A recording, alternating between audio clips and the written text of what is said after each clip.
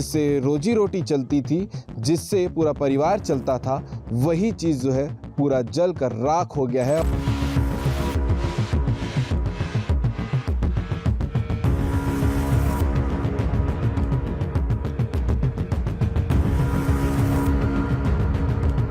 गणेश दुर्गा का हम लोग प्रतिमा बनाते हैं यहाँ। आप लोग मूर्तिकार हैं। हाँ, हम लोग मूर्तिकार हैं। हम लोग का वर्क शॉप था यहाँ पास, सभी सामान वगैरह सब यहीं था। परिवार का रोजी रोटी चले जाना अपने आप में दुख की बात है।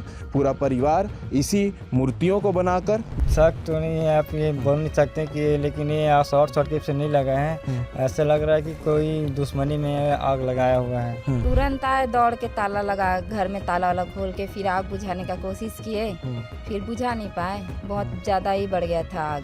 तक कि आग अभी तक लकड़ियों में लगा हुआ और इतनी भीषण थी। पीछे में ये पेड़ आपको नजर आ रहा होगा, वो पूरी आग ऊपर तक के गई है। ये दीवार भी आग से ही चटका है, पूरा आग से ही चटका है दीवार पे।